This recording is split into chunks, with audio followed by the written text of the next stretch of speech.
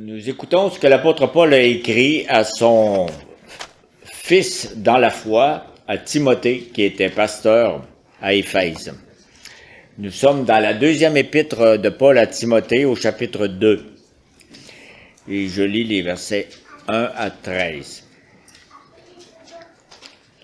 Toi donc, mon enfant, fortifie-toi dans la grâce qui est en Jésus-Christ. Ce que tu as entendu de moi en présence de nombreux témoins, confie-le à des personnes fidèles qui soient capables de l'enseigner aussi à d'autres.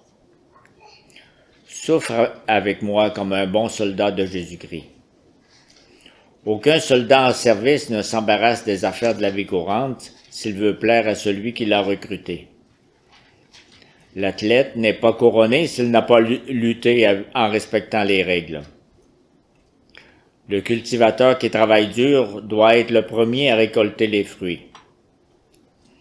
Comprends ce que je dis et que le Seigneur te donne en effet de l'intelligence en toutes choses. Souviens-toi de Jésus, le Messie ressuscité, issu de la descendance de David, conformément à l'évangile que je prêche et pour lequel je souffre au point d'être enchaîné comme un malfaiteur.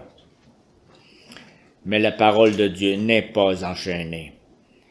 C'est pourquoi je supporte tout à cause de ceux qui ont été choisis, afin qu'eux aussi obtiennent le salut qui est en Jésus-Christ avec la gloire éternelle. Cette parole est certaine. Si nous sommes morts avec lui, nous vivrons aussi avec lui. Si nous persévérons, nous régnerons aussi avec lui. Si nous le renions, lui aussi nous reniera. Si nous sommes infidèles, lui reste fidèle, car il ne peut se renier lui-même. Prions notre Dieu. Seigneur, tu viens rappeler à un de tes serviteurs, tu viens lui rappeler qu'est-ce que c'est que servir le Christ, son Seigneur et son Sauveur. Tu viens nous le rappeler à nous tous. Parce que Seigneur, en nous donnant la vie de Jésus-Christ, tu nous as donné en même temps un office, tu nous as donné un service, tu nous as donné de vivre comme Jésus-Christ a vécu, d'avancer dans ses pas, dans ses traces. Seigneur, fais en sorte que ta parole vienne nourrir notre marche ce matin. En Jésus, ton Fils. Amen.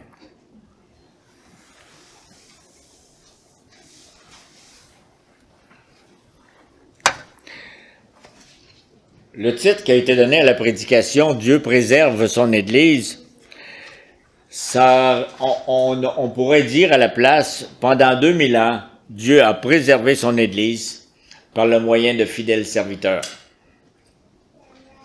Mais j'aimerais vous poser une question. Est-ce que l'Église de Jésus-Christ, est-ce qu'elle a vraiment grandi durant les 2000 ans de son histoire? Est-ce que le nombre de serviteurs dans l'Église de Jésus-Christ, est-ce qu'il a grandi? Et vous avez la réponse, hein? Il y a 2000 ans, ici à Québec, qu'est-ce qu'il y avait comme Église?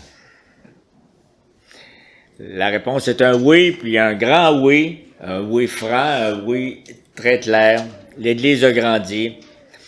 Et l'Église grandit tous les jours et l'Église grandira encore jusqu'à ce que le nombre des élus décidés par notre Dieu soit atteint. Et ça va être comme ça, peu importe le nombre d'obstacles, le nombre de revers que nous autres chrétiens nous subissons chaque jour. Peu importe si quelque part dans le monde on réussit à calculer telle croissance ou telle décroissance, selon le plan éternel de Dieu, l'Église est en croissance comme il l'a voulu, comme il l'a planifié.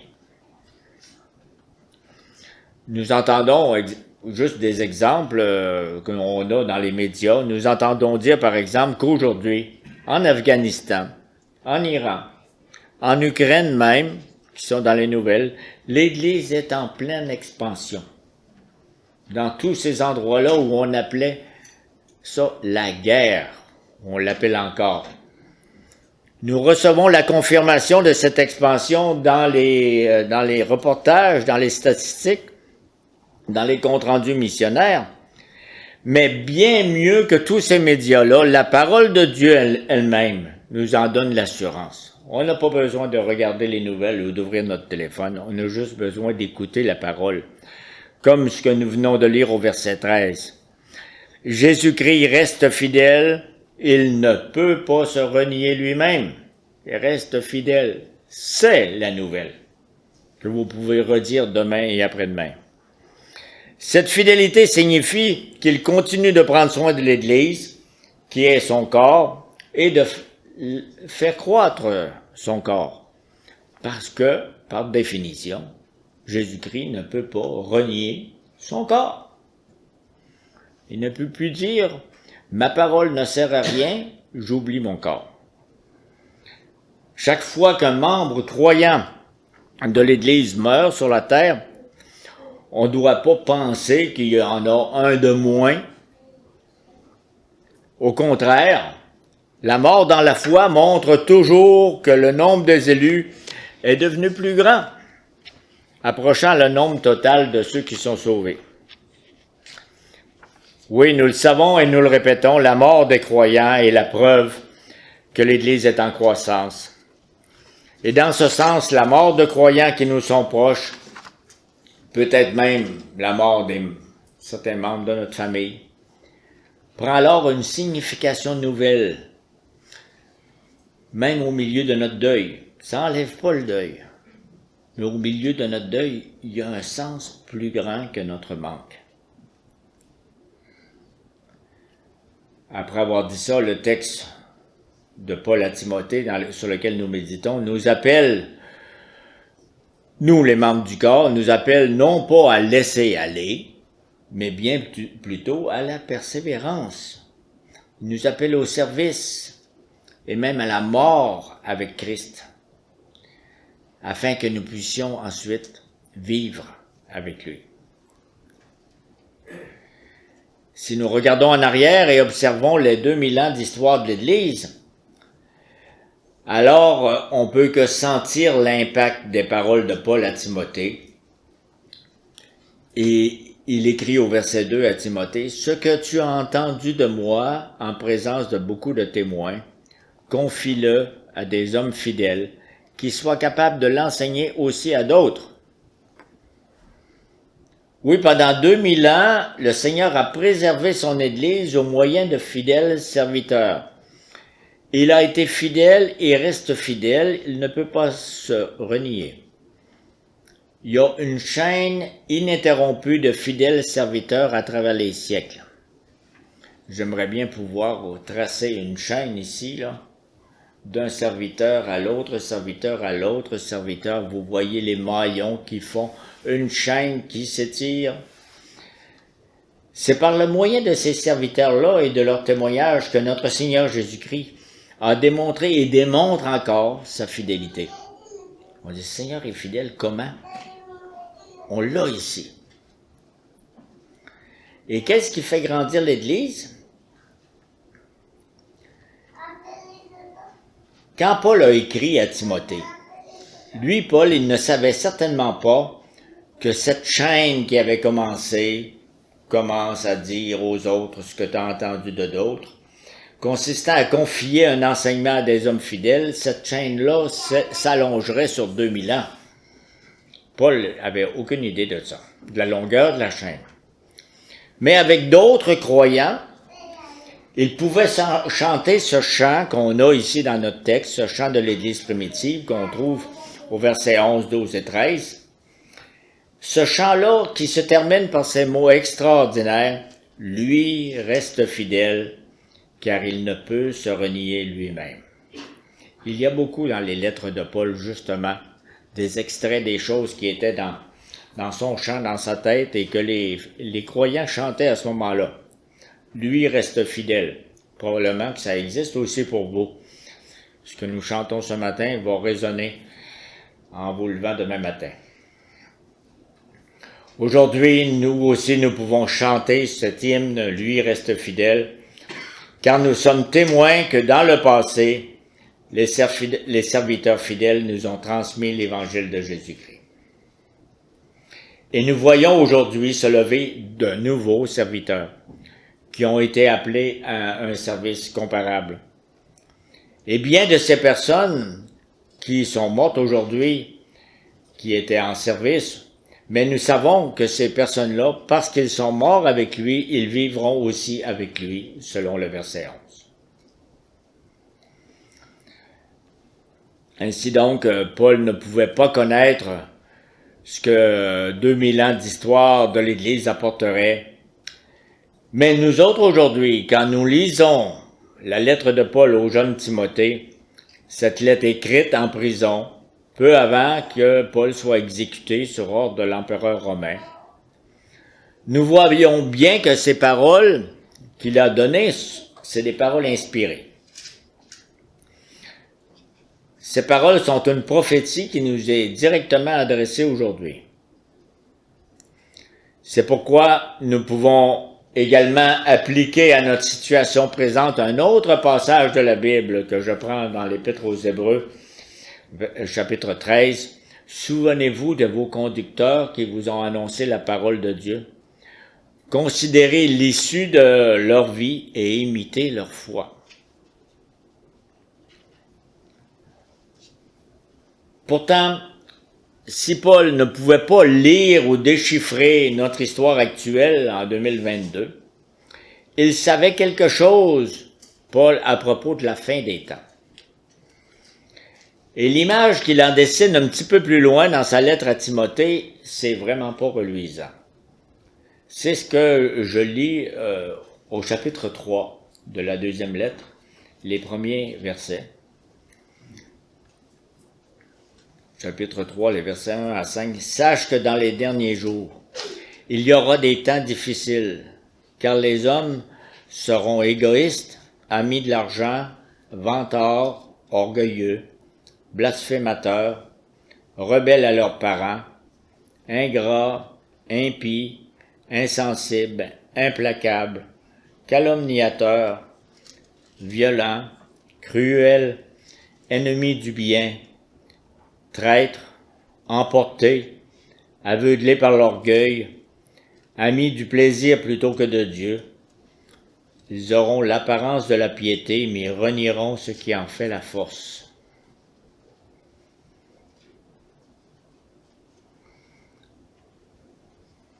Vous avez peut-être jamais entendu prêcher sur ce passage. Mais Paul est en train d'instruire Timothée sur qu'est-ce qui va se rencontrer et ce qui va se passer dans la grande chaîne dont on parlait tantôt. Et là, ce que nous voyons ici, c'est que mourir avec Christ signifie justement n'avoir rien à faire avec ce que je viens de vous lire. Parce que c'est la vraie mort avec Christ, la mort de notre vieille nature, une mort au péché que nous pouvons voir dans la vie des fidèles serviteurs de Jésus-Christ. Et aussi choquant que cela puisse bien paraître, Paul parle ici de prétendus leaders religieux, au verset 5, d'hommes qui prétendent servir Dieu. Et si nous contemplons à nouveau les 2000 ans passés de l'histoire de l'Église, nous pouvons voir que l'Église a eu affaire à beaucoup de serviteurs infidèles. À vrai dire, quand nous regardons humainement l'histoire humaine de l'Église, et nous nous demandons où étaient les serviteurs fidèles, tellement il y en a plusieurs des maillons manquants dans la chaîne, des gens qui ont lâché prise. Mais la réponse se trouve ici et nulle part ailleurs. Lui reste fidèle, verset 13, il ne peut se renier lui-même. C'est pas la chaîne de nos efforts, c'est pas la chaîne de notre service, c'est la chaîne déclarée par Jésus-Christ qui dit « Vous êtes mon Église ». Et même si plusieurs l'ont renié par leurs actes, par leur conduite infidèle, Jésus-Christ a préservé son Église. Aujourd'hui et demain, il la préserve avec la même fidélité. Et cette fidélité de Christ témoigne d'une autre chose aussi. La parole de Dieu ne peut pas être enchaînée ou retenue prisonnière. Comme l'écrit Paul à son jeune ami Timothée au verset 9, « Conformément à l'évangile que je prêche, pour lequel je souffre au point d'être enchaîné comme un malfaiteur, mais la parole de Dieu n'est pas enchaînée. »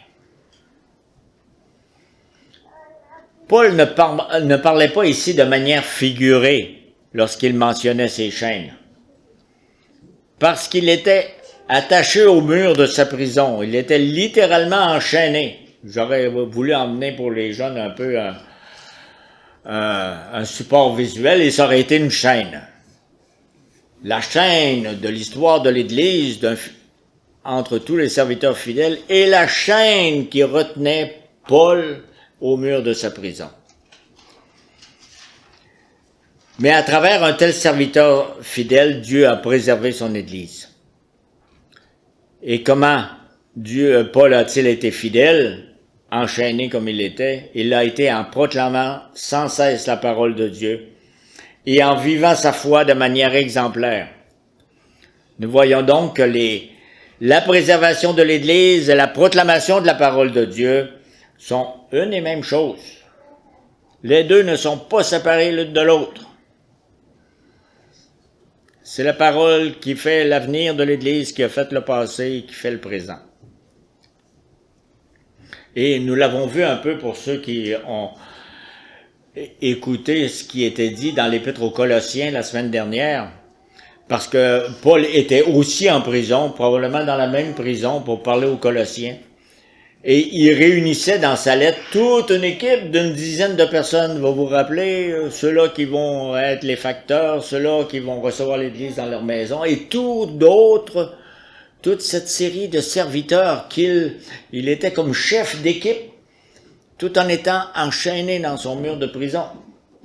Il faisait travailler le monde à des centaines et des milliers de kilomètres de sa prison. Donc, c'est pas seulement qu'aujourd'hui que nos téléphones nous permettent de travailler à distance.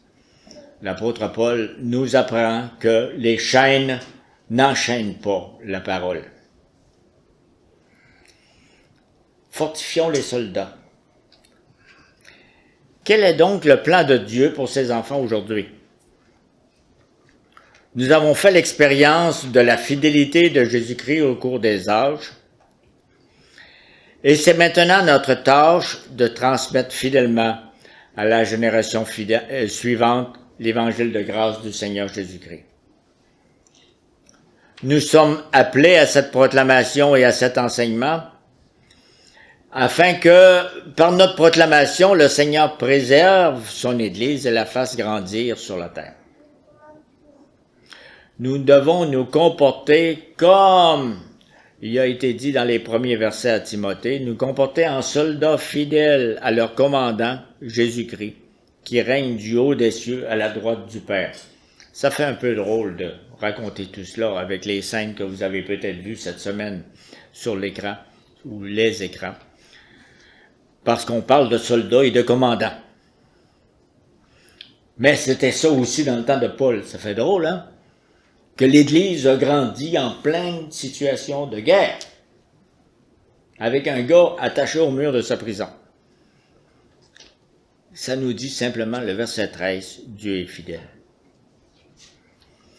Parce que le monde dehors, c'est un champ de bataille. Et c'est vrai, il y a beaucoup de soldats qui meurent sur un champ de bataille aussi. Mais que la mort survienne sous forme d'une exécution, comme ce qui est arrivé à Paul il y a 2000 ans, ou que la mort survienne d'une autre manière, ça ne change rien à la promesse qui nous est faite par le chef tout-puissant de l'armée en question. Si nous sommes morts avec lui, versets 11 et 12, nous vivrons aussi avec lui. Si nous persévérons, nous régnerons aussi avec lui. Merveilleuse promesse. Vous vous demandez quoi mettre sur votre pierre tombale? Vous en avez là, des promesses, des paroles qui vont rester après notre vie. Parce que notre commandant en chef, Jésus-Christ, est tout-puissant. Notre commandant, il nous a précédés sur le champ de bataille. Il ne restait pas dans son bureau pour commander avec son clavier. Il s'est montré soldat avec le plus de courage. Un soldat qui n'a pas eu peur d'aller à Jérusalem pour accomplir sa mission divine. Et il l'a fait au moment où il savait parfaitement que des hommes impies l'attendaient pour le piéger, le juger de façon inique et le mettre à mort cruellement. Il savait tout ça avant d'y aller. Mais il savait aussi autre chose, que tout cela faisait partie du plan divin de salut pour les hommes. Il voyait les gens qu'il allait rencontrer à Jérusalem, il voyait Pilate et tous les autres, il l'emmenait, mais il nous voyait aussi. Ce plan de Dieu avait été dessiné par Dieu son Père, le Dieu éternel, et c'est lui qui l'envoyait sur terre pour réaliser ce plan. Il est notre vrai chef, notre seul chef, celui dont Paul pouvait encore une fois témoigner peu avant sa propre mort, quand il écrivait dans le passage qu'on vient de dire, au verset 8, « Souviens-toi de Jésus, le Messie ressuscité, issu de la descendance de David, conformément à l'évangile que je prêche, et pour lequel je souffre au point d'être enchaîné comme un malfaiteur. » Voyez, là, dans tous ces souvenirs, ces encouragements-là, c'est pas de dire « Ah oui, tu te rappelles comment ça a été bien avec nous, tu te rappelles qu'on a sorti. » Souviens-toi de Jésus-Christ, qui est encore à répéter aujourd'hui. Ce message de victoire sur la mort, c'est d'une telle nature qu'il n'y a aucune chaîne sur terre qui pourrait le retenir ou l'empêcher de progresser. Cet évangile, c'est une telle onde de choc que 2000 ans après la proclamation de Paul, la vie d'hommes et de femmes partout sur la terre s'en trouve transformée radicalement. Vous voulez connaître une onde de choc? En voilà un. Parce que le choc est encore là. Il vient changer des vies. Paul savait que l'Évangile ne peut pas être enchaîné. Il savait que l'Église grandirait. Il savait que le commandant en chef tout-puissant a ses élus. Et c'est pour ça qu'il écrit au verset 10, « C'est pourquoi je supporte tout à cause de ceux qui ont été choisis, afin qu'eux aussi obtiennent le salut qui est en Jésus-Christ avec la gloire éternelle. » Voyez, Paul écrivait à Timothée, puis il voyait bien plus que Timothée. Par la foi, il nous voyait ici à l'autel universel. Sans pouvoir dire notre nom, puis sans pouvoir dire à quelle date on serait ici, mais il nous voyait parce qu'il voyait le plan divin. Oui, notre chef règne, et ses soldats ne peuvent vivre autrement qu'en obéissant à ses ordres. Car eux aussi, ces soldats, sont portés par l'onde de choc de l'Évangile. Quand ça dérange une vie, ça a des effets sur les vies autour. Mais en passant, comme Timothée était encouragé à être un bon soldat, à quoi ça ressemble un bon soldat? Quelles sont les caractéristiques d'un bon soldat? On en a un aperçu ici dans les versets 3 et 4. Et là, Paul parle ici de persévérance, d'endurance, de privation. Il dit « Souffre avec moi comme un bon soldat de Jésus-Christ. Aucun soldat en service ne s'embarrasse des affaires de la vie courante s'il veut plaire à celui qui l'a recruté. » Qu'est-ce que ça veut dire? On a des images tellement fraîches là, de familles qui passent à notre écran de TV maintenant où on dit, bon, le papa part en guerre.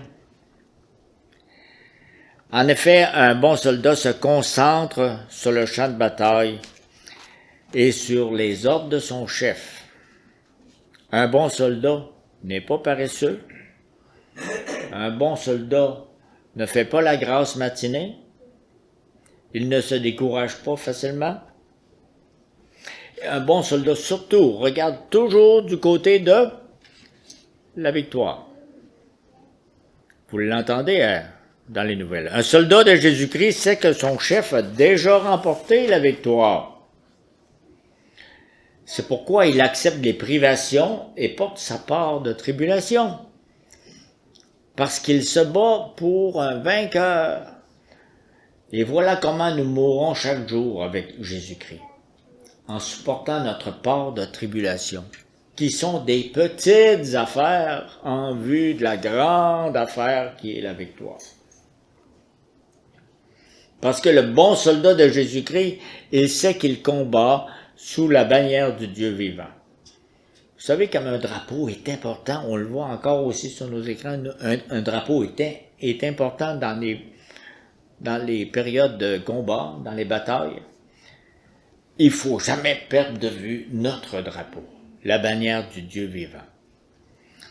Le bon soldat, s'il regarde en arrière, c'est pas pour s'enfuir lâchement, pour se trouver un moyen de se faufiler, c'est plutôt, il regarde en arrière pour contempler tous les combats que lui et d'autres soldats avant lui ont victorieusement combattu sous la bannière de leur chef. Si on regarde en arrière, c'est pour faire ce qu'on est en train de faire, là. Regardez ce qui était écrit, ce qui était encouragé il y a 2000 ans, pour nous encourager aujourd'hui. Il sait que il sait qu'aussi bien que lui, que d'autres soldats ont souvent été infidèles à leur chef. Mais il se souvient aussi de toutes les fois où la promesse du commandant a été répétée et tenue. Ce qui est important, c'est pas tellement de voir les autres qui ont été soldats avant nous, puis qui ont tombé, puis qui n'ont pas continué. Si nous sommes infidèles, lui reste fidèle, car il ne peut se renier lui-même. C'était vrai, ce sera vrai.